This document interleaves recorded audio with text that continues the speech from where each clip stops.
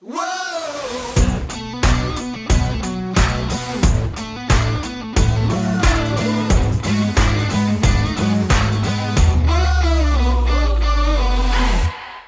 to the What's Our Verdict podcast. We fashion ourselves cinematic judge and jury. My name is JJ Carter. I'm here with my co-hosts, Mattson Heiner. Yeah, better red than dead. And Alec Burgess. Let's get it. We appreciate you tuning in. Go ahead and hit that follow, subscribe, like, bell notification buttons. Tell a friend about us. Tell a family member about us. Tell an astronaut about us. Or maybe someone in astronaut or launch control, or I don't know all the different names, but tell somebody about that stuff. Though everything's private now. There's no such thing as NASA pretty much anymore, at least not the way it used to be. So, but yeah, we are just kicking off the month of June with our, launch of the, what were we calling this? Our lovely Patreon. Practically perfect. Yeah, practically perfect. Movies that used far little CGI, little to no CGI, to reach their effects. And this was a good choice. But before we get into what movie we're reviewing, we need to talk about our sponsor, our continued sponsorship from Manscaped. And, it's the month of June, guys. So go ahead and blink if you haven't purchased your Father's Day gift yet. Yeah, I can't blink fast enough. Yeah, we thought so. Today's episode is brought to you by Manscaped, the leaders in below-the-waist grooming. Maybe your pops has had a bush since the 70s, and that's okay. But our friends at Manscaped have crafted the total package for his special day. Whether it's for the boys downstairs, his beard, or even the best pair of underwear out there, Manscaped has the bases covered. Head over to manscaped.com, get 20% off plus free shipping with the code THEVERDICT, all one word. From daddy to zaddy, trust Manscaped. What the hell does that mean? I think that's a Gen Z thing. Yeah. Okay. Yeah, because that. I don't think we have many Gen Zers listening to us, so they're probably all confused too. That could be true. I don't know. I haven't looked at our demographics in a while, but I would imagine there's far more millennials than Gen Zers. They probably think we're out of touch. And dude, I figured out I am out of touch. Someone was talking about Riz the other day. Dude. It's like, what's that? They explained it to me. I was like, oh, no, you mean Mojo. Yeah. That's well played, sir. Well, that's, it's funny. And this is outside of Manscaped, but it fits because they chose to use Zaddy, whatever the shit that means. But my nieces and nephew were over for a family dinner, and they started talking about that Riz shit. And we went through we were grilling them on questions, and they were getting stuff wrong that I'm just like, oh no, I'm so concerned for the world right now. But I'm sure every generation has that feeling from the younger generation. But yeah, I mean, it's the right time. Go get your Manscaped stuff, for even if it's to trim yourself up for Father's Day. So, you get that lovely gift from the missus or the girl or the guy or whoever it is. But yeah, trim up the balls. Make sure the boys are nice and clean like they are over here in this. It's this side over in the ads. But yeah, don't forget, you can get 20% off plus free shipping with the code THEVERDICT at manscaped.com. That's 20% off of free shipping at manscaped.com, and use the code THEVERDICT. Never forget where you came from, if you know what I mean. Happy Father's Day from Manscaped. It's just the lovely innuendo there. I love Manscaped, and we appreciate their continued sponsorship and support. I think sometime during Father's Day month, June here, Mattson, we're going to expect a Mattson poem. Maybe not this week, obviously, but for weeks. It'll happen. Don't worry. Yeah. Well, I'm just going through withdrawals, dude. I feel like I'm missing out on the the artistic side of Mattson and Manscaped for the last few weeks. So I'm ready. We'll give a gift to all of us fathers or non-fathers very soon. I like it. Treat yourselves. Or dog fathers, as the case may be. That's my fur daddies is what Casey loves to call it. No, Jay. I know. Fur zaddies. The fur zaddy. Shit just got weirder than normal. Normally I'd say shit got weird, but we're always fucking weird. So with that, let's jump into this week's movie. Again, kicking off the practically perfect is Apollo 13. It was released June 30th, 1995. It was written by Jim Lovell, Jeffrey Kluger, William Broyles Jr. It was directed by Ron Howard. It stars Tom Hanks, Bill Paxton, Kevin Bacon, Gary Sinise, Ed Harris, Kathleen Quinlan, Mary-Kate Shellhart, Miko Hughes, Max Elliott Slade, Tracy Reiner, Gene Spiegelhoward, and that's Ron Howard's mother, by the way, and Joe Spano. It is about NASA, who must devise a strategy to return Apollo 13 to Earth safely after the spacecraft undergoes massive internal damage, putting the lives of the 3 astronauts on board in jeopardy. Hey, that's a pretty good synopsis. Yeah, that one works out pretty well. Yeah, interested. I've got a great story about this film and why I'm very unfamiliar with it. But I want to hear kind of your guys' thought. And Mattson, this is a you pick, right? It's technically an Alec pick, but I wanted to pick this film. Oh, that's right. He snaked it from you. I remember. I gave you like 3 whole days to make your picks, Mattson, before I tried. That's also true. That's also true.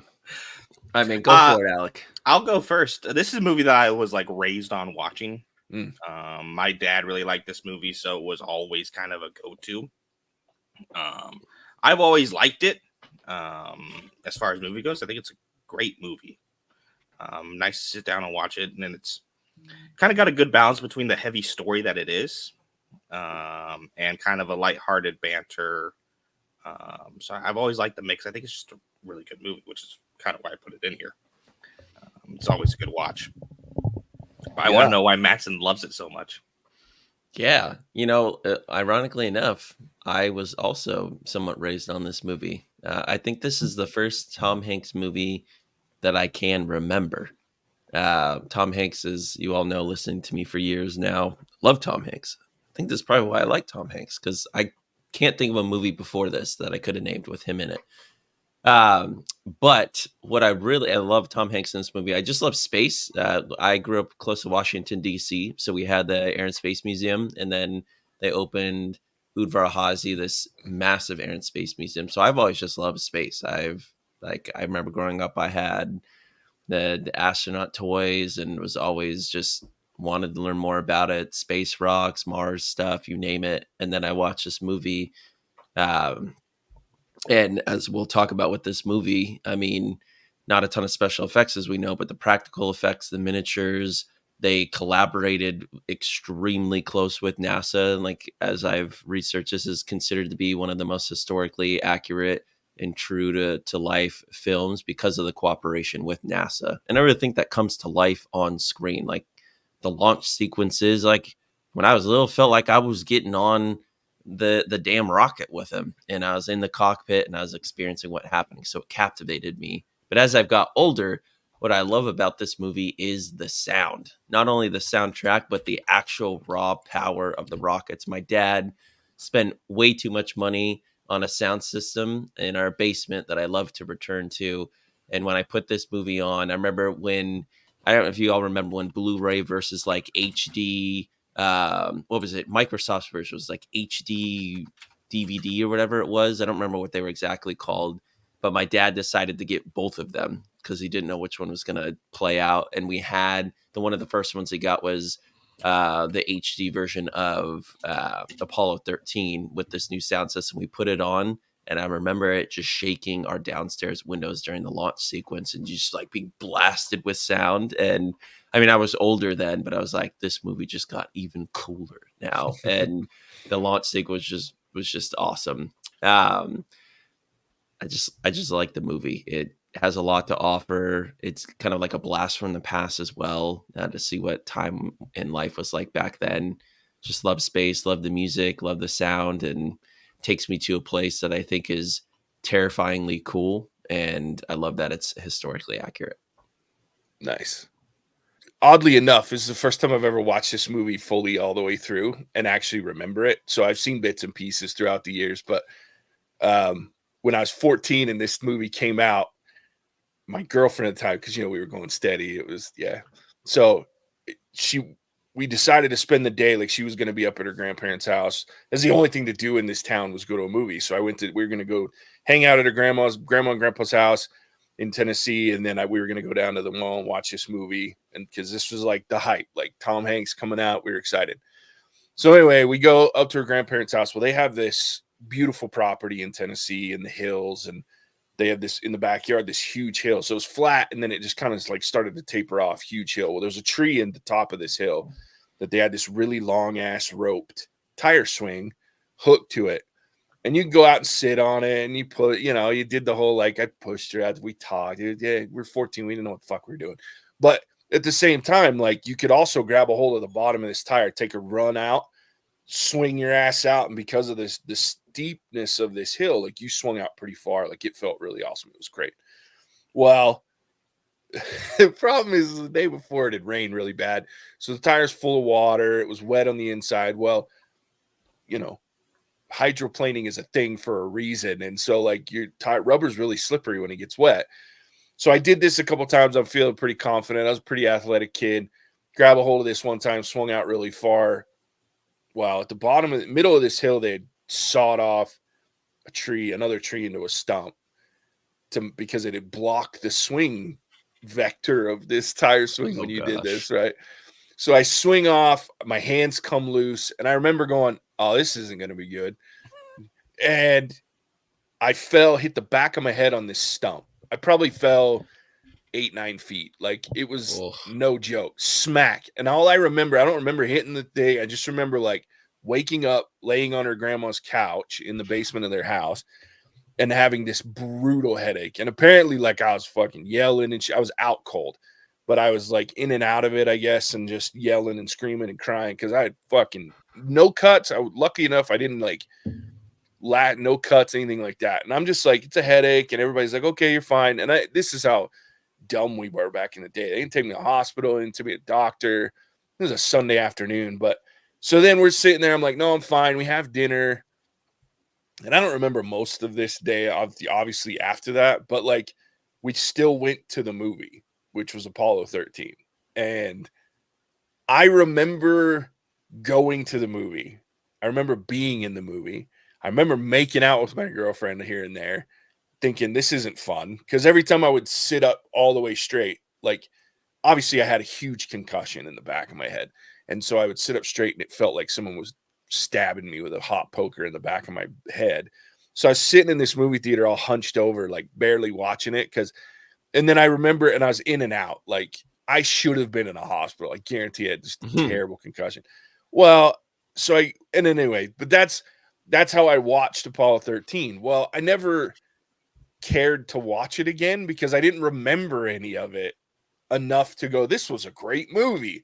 I just remember hearing people talking about it throughout the years going, I loved Apollo 13. What a great movie. And I've seen bits and pieces of it, because throughout, you get on TV, you got HBO, and back before we had streaming and shit, like, it would come on, and so you'd watch it on TNT. But I never, until yesterday, since that day in 1995, and I cracked my skull, had I watched this movie from start to finish and sat down and actually watched it. So this was a first for me, and it was, like, wild because I was even texting her, like, because we still talk on occasion. I was even texting her last night going, guess what I'm watching for the podcast? So it was really, it was just really weird, but, like, yeah, really good movie. I was very happy that I'd actually watched it from start to finish since I was 14 years old. I'm so glad it was your first time. Yeah. I mean, and here, let's be fair. Like, even if I hadn't gotten a concussion, I would have still not have seen that movie from front to back. But yeah, it was. So that was the first for me. It was weird, but interesting story. It's terrible. I ended up having like a week off of school because I couldn't stand up straight. I was walking around my house like hunched over with looking down, like, because if I stood up at all, the bruise on the back of my brain would like touch my skull, and it was like the worst pain I'd ever felt. Like, it was terrible. Yeah. Sounds like he had a concussion. Oh yeah. When I finally went to the doctor, he's like, dumbass, like, you got what the hell took you so long to come see a doctor? Because, like, I was like, look, man, I'm stubborn. I don't like going to see doctors. I still don't, but yeah, it was bad news bears, that whole deal. So, but yeah, so this was my first time watching Apollo 13 from start to finish. It was really good. I'm glad we watched it. So yeah, Jay, now that you watched it start to finish, I mean, obviously Alec and I love this movie. What'd you think? Yeah, I thought it was really good. And we'll get to the rating later, obviously, but like, yeah, I really enjoyed it. I thought look, they're a stacked cast, so it's like hard not to really just expect great things from, Tom Hanks, Kevin Bacon, the amount of people, Ed Harris, there's so many people that I consider some of my favorite actors in this movie. In one movie, Garrison East, love him. So it's just, yeah, my expectations were high. One, because you hear so much about this movie, and two, because of who's in it and the content's there. I also was a big proponent and fan of space travel when I was a kid. Like, we actually went and saw the Columbia when I think I was 8 years old. I went and saw the Columbia launch in Florida. Like, I sat and watched it from across That's awesome. Yeah, so I actually got to watch that live. That was cool. 1990, so I guess I would have been 9. It was in January of 90, so yeah, it was Yeah, cool. you just think of the launch sequence, like even like thinking about it, they had the tiles falling off, like everything was so true to form, the breaking away from the tower, like just the jolts when the rockets come on and the cockpit and all three of them like back in their seats, like sucked back. And I just loved all that and wanted to. I really wish they took a lot of that. They could have made some good like attraction ride that they have at it'd be like a Disneyland thing or Universal Studios. It was like ready made for something like that to like put you on a rocket simulator. Yeah, it would have been cool. Yeah, it was really good. I was impressed too with the visuals. Like, and I know there was some CGI, but far less than you would think. Like, most of the CGI was like the space stuff, and like, yeah, the rest Well, even was. in the space, a lot of it they use miniatures, Mhm. realistic miniatures, to film a lot of it, and I think that's why it's still like this movie even today just looks so crisp because like we all know it. The more what's happened with Hollywood these days, the more we lean into CGI, unless you're willing to spend the true massive like Dune level big buck CGI. Most films at some point they've got to skimp somewhere, and it shows. Like we see like, hey, it's not really working. Where if you did practical effects, and I think both Alec or Jay, practical effects aren't cheap though. Like to be done well, like I don't know if CGI costs more than practical effects, but sometimes I feel like we need to lean more back into that than just doing straight up CGI because it looks terrible at points. I think it's a time thing. Like practical effects Sure. usually take a huge amount of time to build, or like when we did Stranger Things in Vecna, in the Yeah, makeup fair. chair for 11 Yeah. hours, and then you got to go. Like nobody wants to deal with that. But When you think about guys, how bad Vecna, would have looked if they CGI'd yeah, it. Like it wouldn't have been the same. it wouldn't have been the same, but you could pay some nerd like an hour and a half to get the same Yeah. result. Yeah, yeah. I think it's like how the money is spent. Like, so with, and I think we talked a little bit about this before, but with CGI, it's you're paying man hours, right? Because the machines and the computers and everything else that they do, it's been built. Like, they have that technology. What you're paying for is the guy to sit in the seat to spend hours and hours and hours to build it, which we all know they charge a lot of money to do technical things like that. So that's where you're spending it. Whereas practical effects, you're actually spending it on a team of people to build something. So it's like paying someone to build a demo of your virtual demo of your house versus the person that actually builds your house.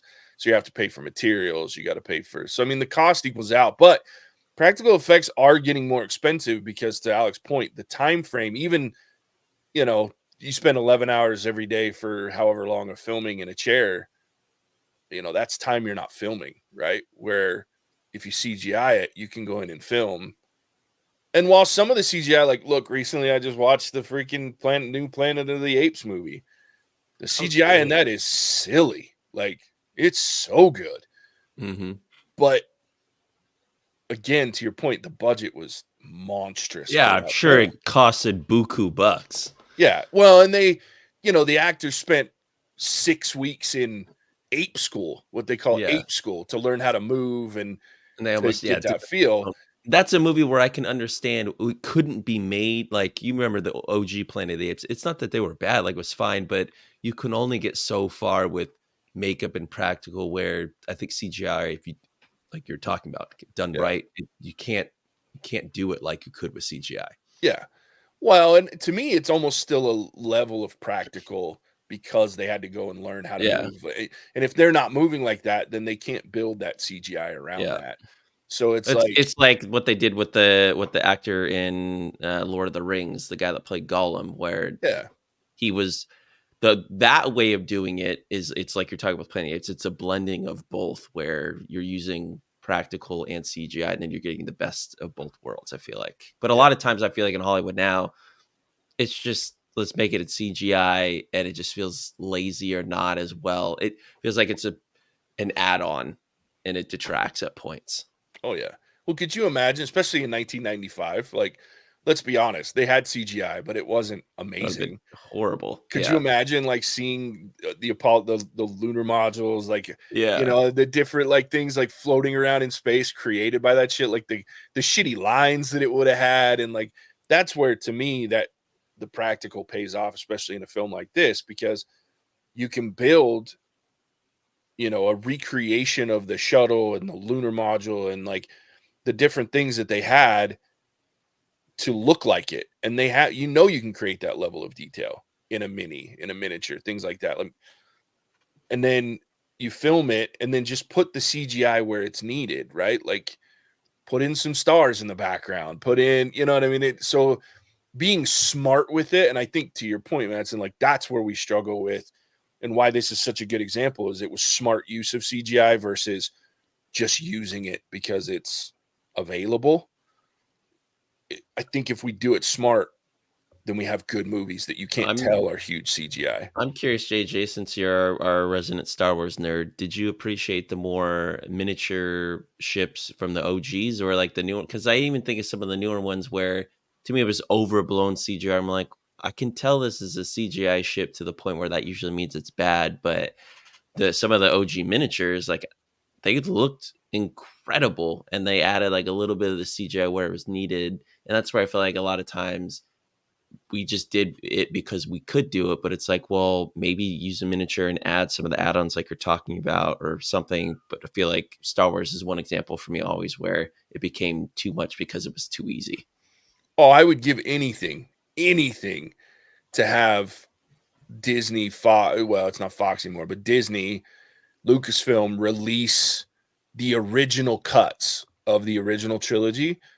Because one of the biggest gripes I've ever had about George Lucas is the fact that as the technology advanced, he went back and made all the special editions and added on all this shit. And I hate it. I hate it. Like I didn't even, and even the newer, like the prequels, there were parts where I'm like, geez, this just wasn't necessary. Like I love the old practical miniature, you know, there's nothing to me. And again, there's moments where they added in, like you add in a couple of ships, great. You know what I mean? To add to where it's not just two ships flying through space.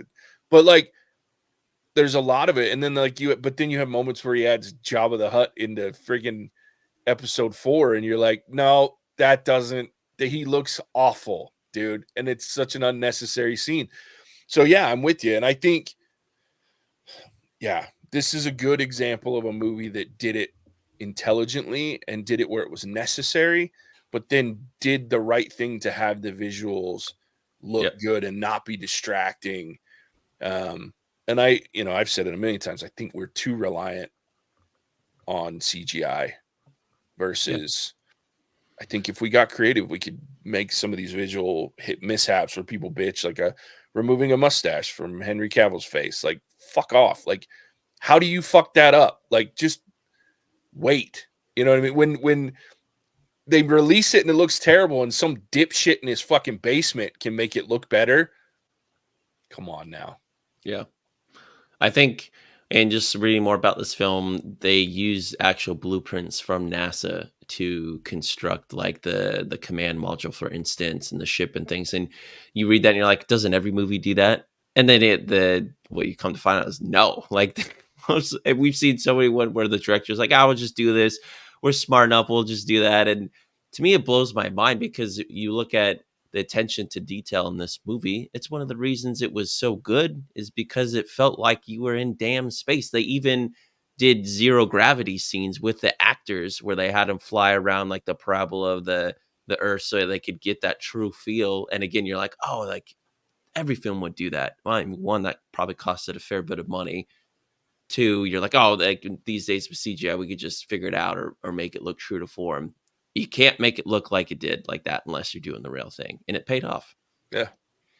Yeah, that's one of the wild things about this movie is what they call it, the vomit rocket, Yeah. where they actually took them almost on the verge of space and like had them working in the zero grav. How dope would that be as an actor, though? Like, and it helps you as an actor, probably if we went back to interviews with like Kevin Bacon or Tom Hanks, etc. Probably help put them in the element of like, shoot, dude, we're like practically in space. Well, yeah, and the reactions that you get from these guys, like as they're in zero grav and like the tape players, Yeah, the food and everything. They probably genuinely were like, yeah, this is funny and silly. Like, you didn't have to act that. yeah, like the reactions legit versus like a simulated zero G environment. You're actually in a zero G environment or a low G at least. Like, I mean, that's crazy fun. Like, and I think it's very telling. They're not acting that shit. Like, they're legitimately going, oh, the tape player's moving and floating, and I can throw it. So I thought that was very smart. How freaking cool would that be? Ugh. Yeah, it'd be way cool. If I was reading the whatever, I don't know what they call when you're like deciding if you want to do the movie or not, and they're like, and you're gonna go basically in space to this, like done. I don't even need to read the rest of it. I'm there. Like, I will do it. Yeah, I might pee myself a little as we're going up there, but I think another cool part of this movie is the radio transmissions. Like, a lot of the actual dialogue was true, like literally, because as we know with NASA, like everything's recorded. You can go back and listen to all the launches, and they pull a lot of the dialogue from that. One of the Houston, we have a problem was not actually how it was said. It was, okay, Houston, we've had a problem. But this is where Hollywood knows, let's make a slight tweak because this will sound better. And it did. Yeah. Well, and it's interesting because Jim Lovell always gets credited for that, but it was actually Swigert that said it first, but his radio transmission was jarbled. So they didn't hear the first part of, they just heard problem basically. Yeah. And then it was, can you repeat? And then Jim Lovell said it. And so he's the one that always gets credited for it, but he wasn't the first one to say it. So. And then and going back to the actual character movie aspect, I'm going to forget the guy that is played by Gary. Yeah, his character that got sick with the measles again, if I remember correctly. Exposed to the measles. Yeah, he never actually got it. He never actually got it. Like, thinking about the true emotions of, you've been building for years to get to this one moment. Like, this is the moment. And you can't go, and you're not even showing symptoms of the thing that they say that you have, and you can't go. And it's just like thinking how crushing that would be. But then your friends are in trouble up there, and clearly he was not motivated, just like out of it. And then he's got to summon up the willpower to like figure out how the world to help save these dudes. And that's just a crazy swing of emotions. And that's something I always resonate with this movie. Like, man, what would that feel like to have that moment like ripped from you 24, 40 hours before it was going down? Like, like just terrible. Well, and even crazier is to think about, if it hadn't happened, those fuckers don't get home. Yeah, see, that's fair. Because let's be honest, Swigert's not going to sit in that thing and figure it out. No, his president, hell no, he didn't have the dedication. No way. Yeah, that's why that guy got mad. He was like, Swigert's he's not even ready to go on this mission. Yeah, yeah. So it's just weird, one of those coincidences that you're like, everything fell into place, because if they hadn't pulled him for the fear of that he might get measles, and ironically enough, it's Fred that gets sick with the urinary tract infection. That's just like random shit because they had a bacteria get into the ship and he ended up with it. But that gets, so it's just, but if he goes, there's nobody to figure out that sequencing that keeps them alive, at least not as effectively. And they're on a time crunch to figure it out. Like, could you imagine? Like, yeah, I don't think they get home, including himself, oddly enough. Like, it's so it's wild. Just the engineers. I love that scene when they're in that room dumping out everything they basically had to say, figure this shiz out, and you gotta be like, put a square peg in a round hole, like how? I mean, talk about pressure at work. You're calling your family. You're like, I'm not coming home if I don't figure this out. 3 people Yeah, are going to die. Like, yeah. Well, oh, that's the moment where I love Ed Harris's like portrayal of his character so much, where he's just like, go find the guy that made this and the guy that did this, and like, mhm. I don't give a shit. Like, go find them, because and it Yeah, just wake them up. And that's yeah, such a good point. Ed Harris killed it in this. I mean, they all did. Like, tell me sure, someone that who acted poorly in this. I mean, everybody from the kids to the adults. But Ed Harris, I love him in this movie. He even yeah, looked like the dude. yeah, yeah, a lot like the dude. Yeah, like I was like, I don't know if they cast him because he looked like him, but he realized like he could have been that guy. Yeah, yeah. Alec, you've been super quiet on this part. I know we've been talking our asses off. We're kind of chatty, but I love it. Listening, because I didn't know any of this backstory stuff. So it's nice to hear. But no, like I kind of agree with pretty much everything. Like I really like Ed Harris. I mean, my favorite line in this is when he figures out that the cartridges are different. It's like, at least the guy next to him was like, tell me this isn't a government operation. Like nothing works, nothing fits. Everybody has their own specific thing. Nobody talk to each other. Yeah.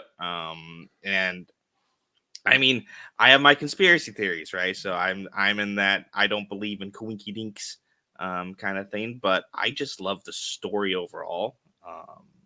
And I don't know, like another one of my favorite parts is just the rebellious nature of the astronauts, right?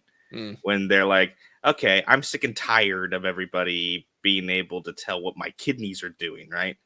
And they've had this explosion, all this stuff is going wrong, and the medical officer is like just being this little mousy annoying piece of shit, where he's like, they gotta sleep more, they gotta do this, they gotta do that thing. And then it's just like, dude, we have bigger fish to fry right now. Yeah, Like, and it kind of comes illustrated later where they're doing the TV broadcast, right? And the guy's like, hey, if the basketball's the earth, the softball's the moon, they got to hit this edge of paper. Like, that's the angle they got to hit in. And it's like, and you're fucking worried about them taking a cat nap while they're flying blind? Like, no, thank you, dude. But I just love it. It's just a fun, easygoing watch. yeah. Yeah, for That's me, what.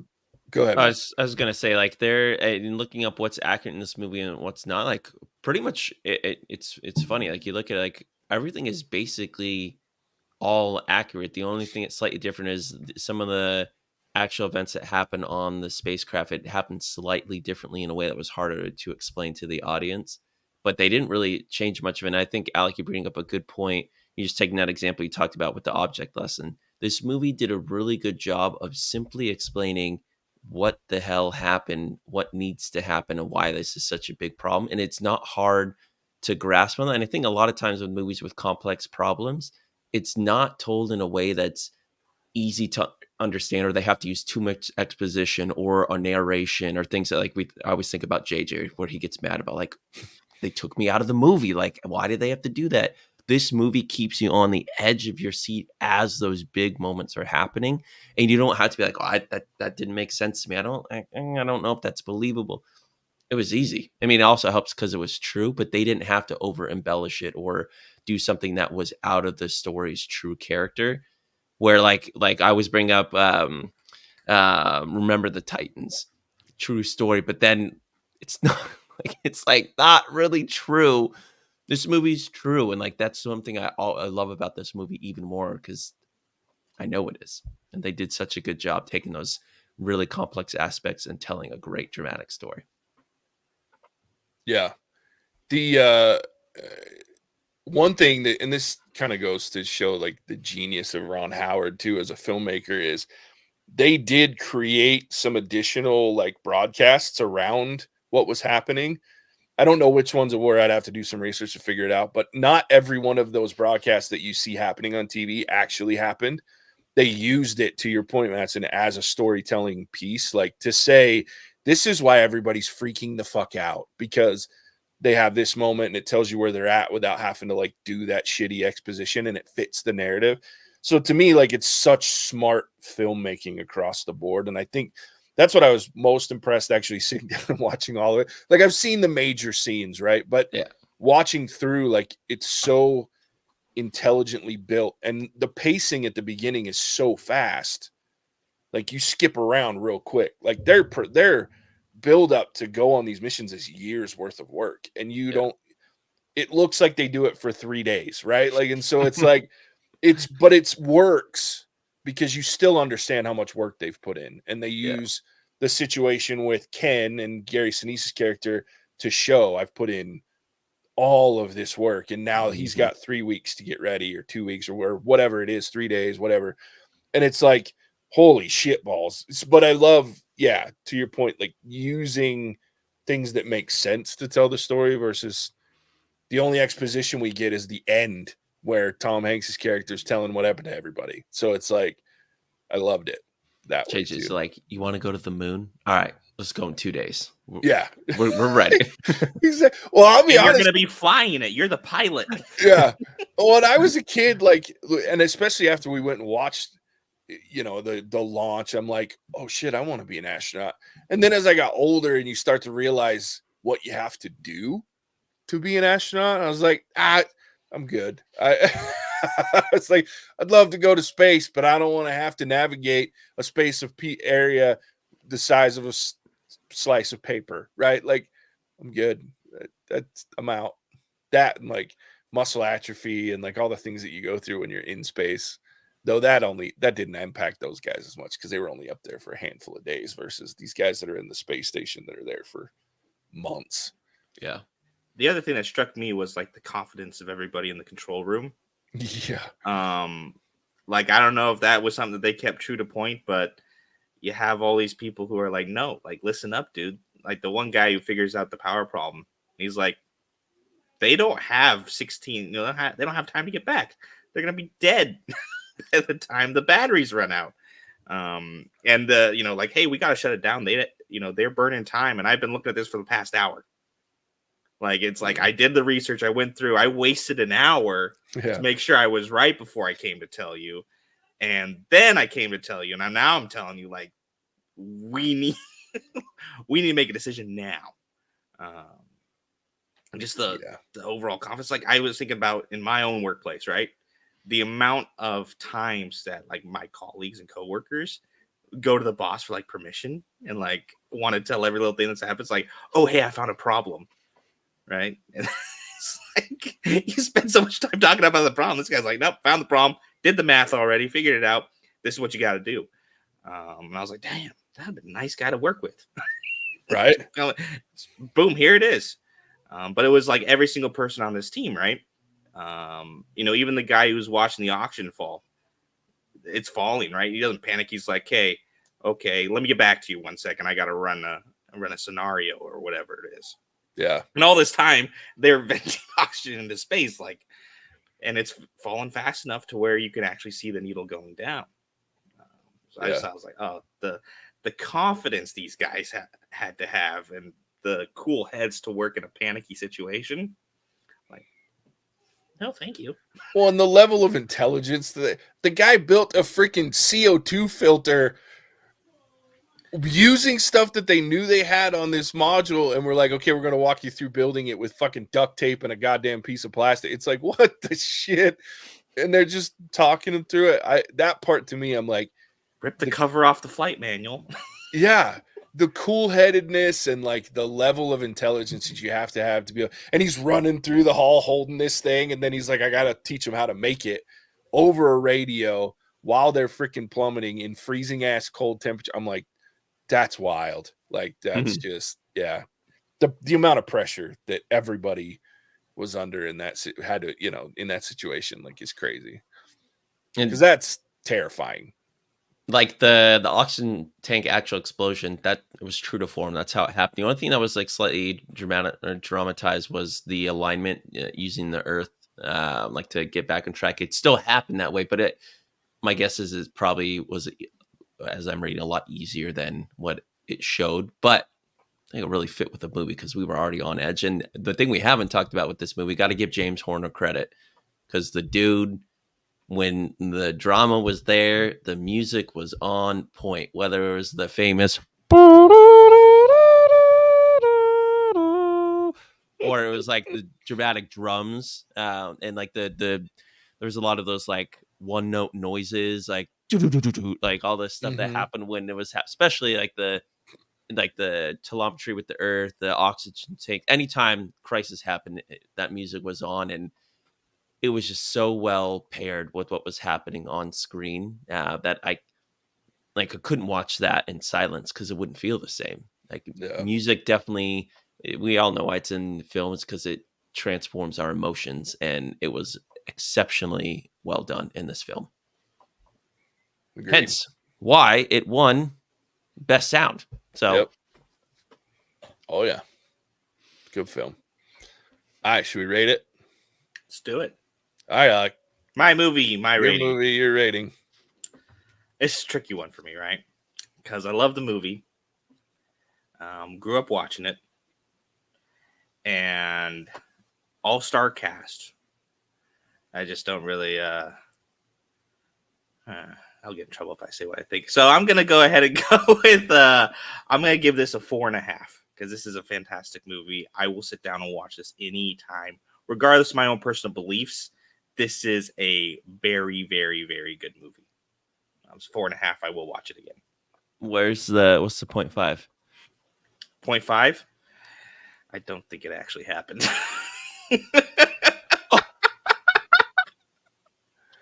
Oh no, we're gonna have Now, to talk offline. Okay. Well, we can talk offline, but real quick for everybody else, world events that line up with this is kind of crazy to think about. Oh my gosh! All right, well there's a 0.5 that I don't understand, but I can understand why you docked it a 0.5. Wow, because I was like, none of what he just said makes it add up why he took a 0.5 off for it. But okay, well, Interesting. wow. I feel like there's a new name for Charles in there somewhere. Fair enough. All right, Mattson, go ahead, buddy. This movie's a 5, but I will say this movie, it's like what I said the same thing about Dark Knight. Dark Knight's a 5, but both of these movies, you have to give it the emotional investment. This isn't like this has scenes where you can pop and pop out, but this movie deserves to have your full attention. Watch it from start to finish, and it is not like it's a short movie. It's well paced, so it doesn't feel like, oh, I got to slog through a couple parts. I'm going to give it a 5, but it definitely is something that I watch fairly often, but it requires the time to truly give it. So you just got to remember that. Fair enough. I haven't talked about it. I'm going to give it a 4.5 as well. I think my problem with it is it's a little long for me, and I know it's not long in terms of a movie, but it's, especially these days, but it's like, I remember back in 95 what I do remember of it, and then moving forward, like, it was long for the time, and there are parts where I find myself going, okay, I don't care, and that's a me thing, right? Like, it's not a movie thing. From a movie perspective, it's amazing. Just for me, it's not perfect, because there are points where I'm like, this is a little long, and I think there could have been some, like, some of the early on pieces, like, I don't need to see, while it was historically accurate, the Lovell's wife did lose her ring in a drain. Like, Yeah. She found it. I don't care. Like, you know what I mean? Like, that to me in the movie aspect, I know how panicked she is, and I know how worried. Like, there's a couple of scenes outside of what's going on in space that I just didn't need, and I feel like it could have been a hour and 50-minute movie or hour and 55-minute movie versus a 2 hour and 20-minute movie. For rewatchability, Jay, I definitely agree with you. For first time watch, I think those things are needed. But if you're gonna watch it again, you already know, like you already know. Yeah, and I'm kind of a cold-hearted bastard, so I don't care about like the outside players outside of the control room and what's going on in space. I didn't care as much, and they went back to that a lot in the beginning and end of this movie, where I was like, you did well enough in the lead up to it to help me understand how close they were, and that she was worried about it and didn't necessarily feel comfortable with the whole Apollo 13, all this stuff.